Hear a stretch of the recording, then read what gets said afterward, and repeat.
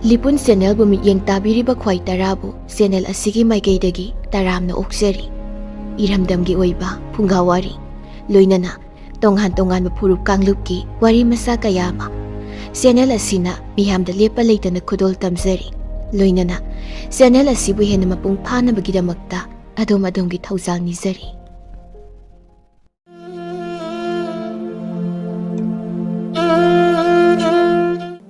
Thaina mamangai leibak amada yamna nungaina panba Ningthou ama leirami Ningthou asi yamna supanglammi hariba leibak asidasu yamna singba huranba anikhaksu leirami nongma leibak adugi Ningthougi sana konungda thaudok ama thoklammi madudi Ningthou adugi sana konungda thaudok ama thoklammi madudi Ningthou adugi pukai langai pananaba senanaba thamliba lanmi mayam aduna Ningthou adugi sengek mayam sing ado mosilli kolinka silli haiduna makoina sengna chamthoklaga konungi achouba lampak aduda phaudoklami matam aduda yamna karan taba sendrang amana Ningthougi yamlaba senyek sing ado chamthoktuna phauriba adu urami madudagi sendrang aduna Ningthougi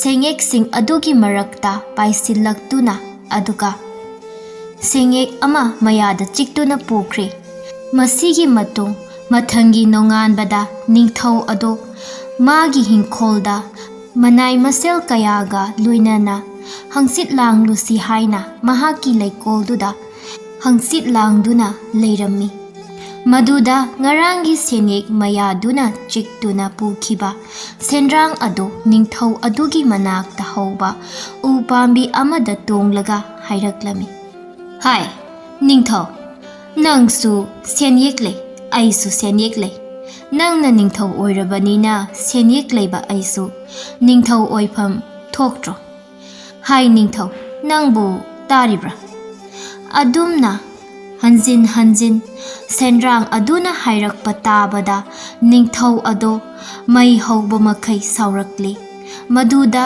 Ningthou aduna manai singda hairami hai kana lei masigi sendrang ase yamna thuna tanthokko natrabadi masi soidana mathwai manglagani manai sing aduna sendrang aduda tempak thaduna tankhri masigi matung mathangi numittasu sendrang aduna ngarangi mataugum hai Ningthou nangsu senyekle aisu senyekle aisu Ningthou natabra asumna haiduna hanjin hanjin lauraklami maduda Ningthou aduna yamna sauduna manai singda sendrang ase phau haiduna hairami maduda manai sing aduna sendrang adubu koitan tanaduna pharami sendrang ado Ningthou aduna manai singda angjau ama khudak asida mai hauduna sagat hannaba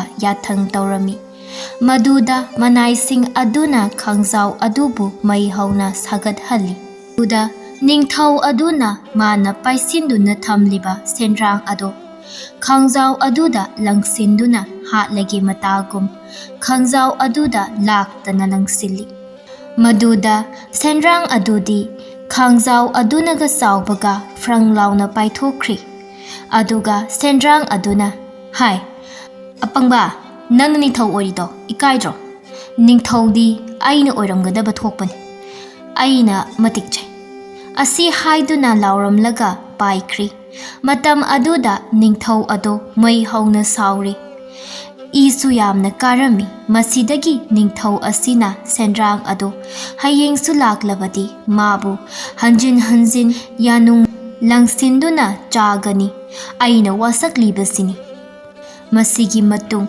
mathangi nonganbada ngarangi mataugum Ningthou ado manai masel mayamga amuk thorakli tanja aduda ngarangi sendrang ado amuk khanna paraktuna hairari hai Ningthou nangsu senyekle aisu senyekle aisu Ningthou natabra ꯑꯁꯨꯝꯅ ꯁꯦꯟꯗ꯭ꯔꯥꯡ ꯑꯗꯨꯅ ꯍꯦꯛ ꯍꯥꯏꯔꯛꯄꯒ ꯅꯤꯡꯊꯧ ꯑꯗꯨꯅ ꯁꯦꯟꯗ꯭ꯔꯥꯡ ꯑꯗꯨ ꯃꯅꯥꯏ ꯃꯌꯥꯝꯗ ꯐꯥꯔꯛꯅꯕ ꯍꯥꯏꯔꯛꯄꯗꯒꯤ ꯈꯣꯡꯂꯩ ꯊꯨꯅ ꯆꯠꯇꯨꯅ ꯐꯥꯔꯛꯂꯝꯃꯤ꯫ ꯃꯇꯝ ꯑꯗꯨꯗ ꯅꯤꯡꯊꯧꯅ "ꯂꯝꯍꯦꯟꯕ ꯁꯦꯟꯗ꯭ꯔꯥꯡ, ꯅꯪꯗꯤ ꯍꯧꯖꯤꯛꯇꯤ ꯑꯩꯅ ꯍꯤꯡꯅ ꯃꯆꯦꯠ ꯃꯆꯦꯠ ꯁꯥꯏꯗꯨꯅ ꯆꯥꯕ ꯇꯥꯔꯦꯗꯣ!"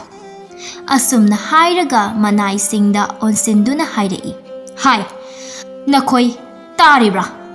ꯁꯦꯟꯗ꯭ꯔꯥꯡ ꯑꯁꯤꯅ ꯑꯩꯒꯤ ꯌꯥꯅꯨꯡꯗꯒꯤ ꯀꯔꯤꯒꯨꯝꯕ ꯁꯣꯏ ꯉꯥꯝꯕꯗꯒꯤ ꯄꯥꯏꯊꯣꯔꯛꯄ ꯇꯥꯔꯕꯁꯨ ꯃꯁꯤꯒꯤ ꯁꯦꯟꯗ꯭ꯔꯥꯡ ꯑꯁꯤ ꯅꯈꯣꯏꯒꯤ ꯊꯥꯡꯁꯥꯡ ꯑꯗꯨꯅ ꯁꯦꯟꯗ꯭ꯔꯥꯡ ꯑꯁꯤꯕꯨ ꯀꯛꯇꯨꯅ ꯍꯥꯠꯀꯗꯕꯅꯤ."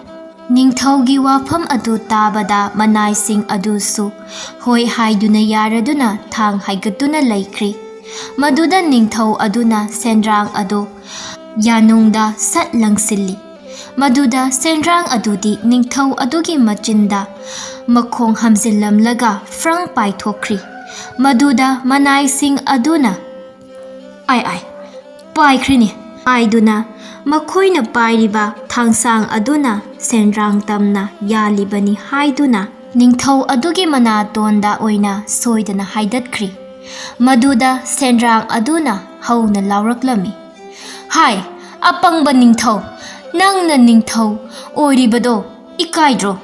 ꯅꯤꯡꯊꯧꯗꯤ ꯑꯩꯅ ꯑꯣꯏꯒꯗꯕꯅꯤ!" ꯑꯗꯨꯝꯅ ꯂꯥꯎꯔꯝꯂꯒ ꯄꯥꯏꯊꯣꯛꯈ꯭ꯔꯤ꯫ ꯅꯤꯡꯊꯧ ꯑꯗꯨ ꯃꯩ ꯍꯧꯅ ꯁꯥꯎꯈ꯭ꯔꯤ꯫ ꯃꯁꯤꯗꯒꯤ ꯅꯤꯡꯊꯧ ꯑꯁꯤꯅ ꯁꯦꯟꯗ꯭ꯔꯥꯡ ꯑꯁꯤ ꯀꯣꯏꯊꯤ ꯊꯤꯗꯨꯅ ꯍꯥꯠꯅꯅꯕ ꯃꯅꯥꯏꯁꯤꯡꯗ ꯌꯥꯊꯪ ꯇꯧꯔꯝꯃꯤ꯫ ꯃꯗꯨꯗꯒꯤ ꯃꯅꯥꯏꯁꯤꯡ ꯑꯗꯨꯅ ꯁꯦꯟꯗ꯭ꯔꯥꯡ ꯑꯗꯨꯕꯨ ꯀꯣꯏꯊꯤ ꯊꯤꯈꯤ꯫ ꯃꯇꯝ ꯑꯁꯤꯗ ꯃꯅꯥꯏꯁꯤꯡ ꯑꯁꯤꯅ ꯃꯣꯡꯁꯣꯡ ꯑꯃꯗ ꯍꯧꯕ ꯎ ꯄꯥꯝꯕꯤ ꯃꯆꯥ ꯑꯃꯗ ꯁꯦꯟꯗ꯭ꯔꯥꯡ ꯑꯗꯨ ꯇꯣꯡꯗꯨꯅ ꯂꯩꯕ ꯎꯔꯝꯃꯤ꯫ ꯃꯗꯨ ꯎꯕꯗ ꯃꯅꯥꯏꯁꯤꯡ ꯑꯗꯨꯅ ꯇꯦꯟ ꯑꯃꯅ ꯀꯥꯞꯄꯝꯃꯤ꯫ ꯃꯗꯨꯗ ꯁꯦꯟꯗ꯭ꯔꯥꯡ ꯑꯗꯨꯗꯤ ꯄꯥꯜꯂꯝꯗꯦ, ꯑꯗꯨꯕꯨ ꯇꯦꯟꯖꯩ ꯑꯗꯨꯅꯗꯤ ꯁꯥꯃꯨ ꯑꯆꯧꯕ ꯑꯃꯗ ꯄꯥꯜꯂꯔꯤ꯫ ꯃꯗꯨꯗ ꯁꯥꯃꯨ ꯑꯗꯨ ꯇꯦꯟꯖꯩ ꯑꯗꯨꯒꯤ ꯆꯩꯅꯥ ꯑꯗꯨꯅ ꯉꯥꯎꯗꯨꯅ ꯀꯣꯏꯆꯦꯟ ꯆꯦꯜꯂꯝꯃꯤ꯫ ꯑꯗꯨꯒ ꯂꯝꯍꯥꯡ ꯑꯃꯒꯤ ꯃꯇꯥꯏꯗ ꯍꯧꯕ ꯎ ꯑꯆꯧꯕ ꯑꯃꯒꯤ ꯃꯅꯥꯛꯇ ꯁꯤꯔꯕꯣꯏꯔꯦ꯫ ꯑꯗꯨꯕꯨ ꯁꯦꯟꯗ꯭ꯔꯥꯡ ꯑꯗꯨꯁꯨ ꯅꯤꯡꯊꯧꯒꯤ ꯃꯅꯥꯏꯁꯤꯡ ꯑꯗꯨꯅ ꯊꯤꯔꯝꯃꯤ, ꯑꯗꯨꯕꯨ ꯐꯪꯕꯗꯤ ꯂꯩꯈꯤꯗ꯭ꯔꯦ꯫ ꯅꯤꯡꯊꯧ ꯑꯗꯨꯁꯨ ꯃꯅꯥꯇꯣꯟ ꯌꯥꯎꯗ꯭ꯔꯕꯅꯤꯅ ꯃꯇꯝ ꯄꯨꯝꯕꯒꯤ ꯑꯣꯏꯅ ꯈꯨꯝꯗꯨꯅ ꯂꯩꯔꯝꯃꯤ꯫ ꯑꯁꯨꯝꯅ ꯃꯇꯝ ꯈꯔ ꯍꯧꯈ꯭ꯔꯦ꯫ ꯅꯣꯡꯃ ꯂꯩꯕꯥꯛ ꯑꯗꯨꯗ ꯂꯩꯔꯤꯕ ꯌꯥꯝꯅ ꯁꯤꯡꯕ ꯍꯨꯔꯥꯟꯕ ꯑꯅꯤ ꯑꯗꯨ ꯑꯇꯣꯞꯄ ꯈꯨꯜ ꯑꯃꯗꯒꯤ ꯁꯅꯥ ꯂꯨꯄꯥ ꯃꯌꯥꯝ ꯑꯃ ꯍꯨꯔꯥꯜꯂꯨꯔꯒ ꯃꯈꯣꯏꯒꯤ ꯈꯨꯜꯗ ꯍꯜꯂꯛꯑꯝꯃꯤ꯫ ꯃꯗꯨꯗ ꯃꯈꯣꯏꯅ ꯋꯥꯃꯟꯈ꯭ꯔꯗꯨꯅ ꯂꯝꯍꯥꯡ ꯑꯃꯒꯤ ꯃꯅꯥꯛꯇ ꯍꯧꯕ ꯑꯆꯧꯕ ꯎ ꯄꯥꯝꯕꯤ ꯑꯃꯒꯤ ꯃꯈꯣꯡꯗ ꯐꯝꯗꯨꯅ ꯄꯣꯊꯥꯕ ꯑꯣꯏꯔꯦ꯫ ꯇꯟꯖꯥ ꯑꯗꯨꯗ ꯍꯨꯔꯥꯟꯕ ꯑꯅꯤꯗꯨꯒꯤ ꯃꯔꯛꯇ ꯑꯃꯗꯤ ꯃꯅꯥꯛ ꯑꯗꯨꯋꯥꯏꯗ ꯃꯅꯝ ꯑꯃ ꯅꯝꯃꯤ ꯍꯥꯏꯗꯨꯅ ꯀꯣꯏꯊꯤ ꯊꯤꯔꯛꯄꯗ ꯆꯥꯎꯔꯕ ꯁꯥꯃꯨ ꯑꯃꯕꯨ ꯂꯪꯖꯥ ꯀ꯭ꯋꯥꯛ ꯃꯌꯥꯝꯅ ꯁꯥꯃꯨ ꯑꯗꯨꯒꯤ ꯃꯇꯨꯡꯗ ꯆꯪꯁꯤꯟꯗꯨꯅ ꯃꯍꯥꯛꯀꯤ ꯃꯅꯨꯡꯗ ꯌꯥꯎꯔꯤꯕ ꯃꯇꯣꯡꯁꯤꯡ ꯑꯗꯨ ꯆꯥꯔꯝꯃꯤ꯫ ꯃꯗꯨ ꯎꯕꯗ ꯍꯨꯔꯥꯟꯕ ꯑꯗꯨꯅ ꯇꯨꯃꯤꯟꯅ ꯆꯪꯁꯤꯟꯗꯨꯅ ꯃꯅꯥꯛ ꯑꯗꯨꯋꯥꯏꯗꯨꯗ ꯍꯧꯕ ꯅꯥꯄꯤ ꯃꯌꯥꯝ ꯑꯃ ꯄꯥꯏꯔꯒ ꯃꯗꯨꯅ ꯁꯨꯝ ꯑꯃ ꯁꯦꯝꯂꯕ ꯃꯇꯨꯡꯗ ꯁꯥꯃꯨ ꯑꯗꯨꯒꯤ ꯃꯇꯨꯡꯗ ꯅꯝꯁꯤꯜꯂꯤ꯫ ꯑꯗꯨꯒ ꯍꯨꯔꯥꯟꯕ ꯑꯗꯨꯅ ꯃꯥꯅ ꯍꯨꯔꯥꯜꯂꯒ ꯄꯨꯔꯛꯄ ꯄꯨꯈꯝ ꯑꯃ ꯄꯨꯊꯣꯛꯇꯨꯅ ꯁꯥꯃꯨꯒꯤ ꯃꯕꯨꯛ ꯃꯅꯨꯡꯗ ꯌꯥꯎꯔꯤꯕ ꯂꯪꯖꯥ ꯃꯌꯥꯝꯗꯨ ꯈꯪꯍꯟꯒꯦ ꯈꯜꯂꯗꯨꯅ ꯄꯨꯈꯝ ꯑꯗꯨ ꯐꯪ ꯐꯪ ಲಾꯎꯅ ꯊꯤꯜꯂꯝꯃꯤ꯫ ꯃꯗꯨꯗ ꯁꯥꯃꯨ ꯑꯗꯨꯒꯤ ꯃꯅꯨꯡꯗ ꯌꯥꯎꯔꯤꯕ ꯂꯪꯖꯥ ꯃꯌꯥꯝ ꯑꯗꯨꯅ ꯄꯥꯏꯊꯣꯛꯅꯕ ꯍꯣꯠꯅꯕꯗ ꯁꯥꯃꯨ ꯑꯗꯨ ꯄꯥꯏꯈꯠꯂꯛꯂꯤ꯫ ꯃꯗꯨꯗ ꯍꯨꯔꯥꯟꯕ ꯑꯗꯨꯅ ꯁꯥꯃꯨ ꯑꯗꯨꯒꯤ ꯃꯊꯛꯇ ꯇꯣꯡꯂꯝꯃꯤ꯫ ꯁꯥꯃꯨ ꯑꯗꯨꯅ ꯍꯨꯔꯥꯟꯕ ꯑꯗꯨ ꯊꯥꯡꯗꯨꯅ ꯄꯥꯏꯔꯝꯃꯤ꯫ ꯄꯨꯈꯝ ꯑꯗꯨꯅ ꯊꯤꯟꯕ ꯍꯦꯛ ꯂꯦꯞꯄꯒ ꯁꯥꯃꯨ ꯑꯗꯨ ꯄꯥꯏꯕ ꯍꯦꯛꯇꯃꯛ ꯂꯦꯞꯄꯝꯃꯤ꯫ ꯃꯇꯝ ꯑꯗꯨꯗ ꯍꯨꯔꯥꯟꯕ ꯑꯅꯤꯗꯨ ꯋꯥ ꯈꯟꯅꯔꯝꯃꯤ ꯃꯗꯨꯗꯤ ꯍꯥꯏꯔꯤꯕ ꯁꯥꯃꯨ ꯑꯁꯤ ꯅꯤꯡꯊꯧꯒꯤ ꯀꯣꯅꯨꯡꯗ ꯆꯠꯇꯨꯅ ꯁꯥꯃꯨ ꯑꯁꯤ ꯅꯤꯡꯊꯧꯗ ꯃꯃꯜ ꯇꯥꯡꯅ ꯌꯣꯜꯁꯤꯜꯂꯨꯁꯤ ꯍꯥꯏꯅ ꯂꯦꯞꯅꯔꯤ꯫ ꯑꯁꯨꯝꯅ ꯋꯥ ꯈꯟꯅꯔꯕ ꯃꯇꯨꯡꯗ ꯍꯨꯔꯥꯟꯕ ꯑꯅꯤꯗꯨ ꯅꯤꯡꯊꯧ ꯀꯣꯅꯨꯡꯗ ꯂꯥꯛꯂꯤ꯫ ꯍꯨꯔꯥꯟꯕ ꯑꯅꯤꯗꯨꯅ ꯀꯣꯅꯨꯡ ꯍꯦꯛ ꯌꯧꯔꯕꯗ ꯅꯤꯡꯊꯧꯅ "ꯃꯐꯝ ꯑꯁꯤꯗ ꯀꯔꯤꯒꯤꯗꯃꯛꯇ ꯂꯥꯛꯂꯤꯕꯅꯣ?" ꯍꯥꯏꯅ ꯍꯪꯂꯛꯂꯝꯃꯤ꯫ ꯃꯗꯨꯗ Huranba aniduna yamna nokladuna. Iningthou, nanai aikoi anina lakjaribase. Iningthouda karigumba mamal yamna tanglaba angakpa posak amabu yonjagi lakjaribani. Hariba posak ado samu apaibani. Isam samna hairabada Iningthouda apaiba samu amatang yonjagi haiduna lakjabani. Huranba anidogi wadu tabada Ningthou aduna yamna ngakna harauna hari. Kari haiba samu apaiba ama yonge hairiba. Ha ado lungkraba samu adobu matau karamna pairibano. Nakhoigi sibu panghaida haijinbadi natiko. Ningthougi wahang adu tabada huranba aniduna chauthokna khumi. Iningthou tasengna maki paibazani. Iningthou aikhoi isamak tunglaga koi pai bani. Aikhoi na tungbadabu pairaga Iningthouna tungbadadi karigi pairoidoriban. Iningthoudi leibak asigi achauba mi oibanina thena dum wang yakna paigadoribani. Tanja aduda huranba ani adugi wafamdo yamna munna kupna tariba Ningthougi mantri aduna hairaklami. Samu ado pai hairabadi karigi samu ado tungduna paiduna laktribano. Maduda hai singlaba huranba aniduna khumlai. Hauzik samu ado achauba upambi amagi makhongda pothaduna lehori. Aikhoina ngasaidagi paiduna chatlubagi warabani. Adobu aikhoigi wafamse thajabidrabadi aikhoiga punna chatlusi. Aduga samu ado pai natraga paide haibado Iningthou sanamiyeng amuktang tabiyu. Adumna huranba aniduna hairakpada Ningthou adusu. Hai hana yengusi haiduna makhoi punna lakminnari. Asum lakpana samu adugi manakta yauraklabada masidagi ukhong adugi manakta changsilladuna Ningthou adubu samu adugi mathakta tonghallaga huranbana pukham ado bangbang thilami. Maduda samu adugi manungda yauriba lanja kwak mayam sing aduna samu adudagi khamprek khangduna paithoknaba hotnabada samu adu paikhalakli. Maduda mayamsu pungak ngaknari. Masidagi Ningthou aduna samu adubu yamna pamlami aduga hanglaklami. Pukham ado thindrabadi iyamak yadraba.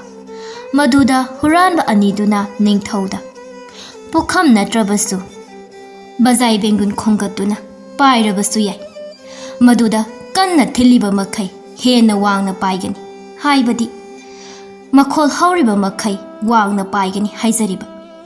Adumna huranba aniduna samu aduna paibagi maongdo phajana takle. Makhoigi Ningthou aduna samu adugi mamal hanglakpada samu adugi mamal se sana khaujau nipal hairami.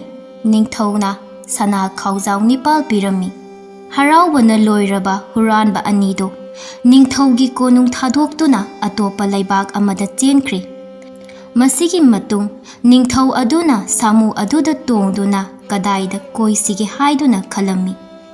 Matam aduda Ningthou aduna maana hek pokpadagi samudra haibasi amukta koidri aduna samudra haiba mahasagar aduda samu asibu tongduna amuktang koina yenglugi haiduna khalakli. Masidagi Ningthou aduna manai sing aduda samu ado Ningthou aina tongnanaba hairang lairangna leitingu ngasidi samudra koigani haiduna yathang taurami. Masigi matung Ningthougi yathang phanglaba manai sing aduna samu adubu phajaraba hairang lairang kayana leitinglami. Asumna thaurang pumnamak loirabada Ningthou adu magi imung manungga punna samu adubu tongduna painanaba sem sarakli. Masidagi sem saba pumnamak loirabada Ningthou adu mahaki manai masel amadi imung manungga punna samu adu tongduna bazai bengun khongduna pairakli. Asumna asum pairakpana samudra yaurakpada maduda ningthau ado samudra ado uzabada yamna harauzarami amadi manai singa loinana ningthaugi imung manung loinamak nungaizarami asumna phana yamna samudra adubu koiraklabada ningthaugi manai mathong sadaba amana samugi matungda meliba napi khudab ado karino masidi asi haiduna lauthokre adumna hek lauthoklubadagi samu adugi nungda yauriba lanja kwak mayam sing ado amamam thoki ani thoki asum pai thoki samu ado asum nimtharakli aduda ningthau aduna bazai bengun khongliba manai sing aduda khongalun hei naisa noibo as kainoni sumpai dar ini taurisibo hai noibo khongaluni hei noibo thingaluni hei asi haiduna kanna laurami maduda manai sing aduna su kanna khonglami kanna thingatlami adubu uchek sing adu asum amamam paithokibadagi samu adu samudrada tasilli maram asina ningthau amadi magi imung manung loinana manai sing adu punna samudrada tasinduna awaba kaya mayoknaki masidagi ningthaudo yamna wana konung yaurakki ningthauna konung yauraklabada ningthau sawbana mai hauraduna khudak aduda ningthau manai kaya thadoktuna huranba aniduga loinana sendrang adusu tihallami madudagi mamai thangda huranba anido amadi uchek sendrangdu pharami matam aduda ningthauna launam tawduna mingonda pot yonba huranba anido mapunsi suppagi oina kaisung samda thammu asi haiduna akanba yathang tawrami amadi mingonda mapot maran huranduna ningthau saba sendrang adusu pon manungda phajinduna thamki maram aduna kaidawnungda migi phattanaba silloidabani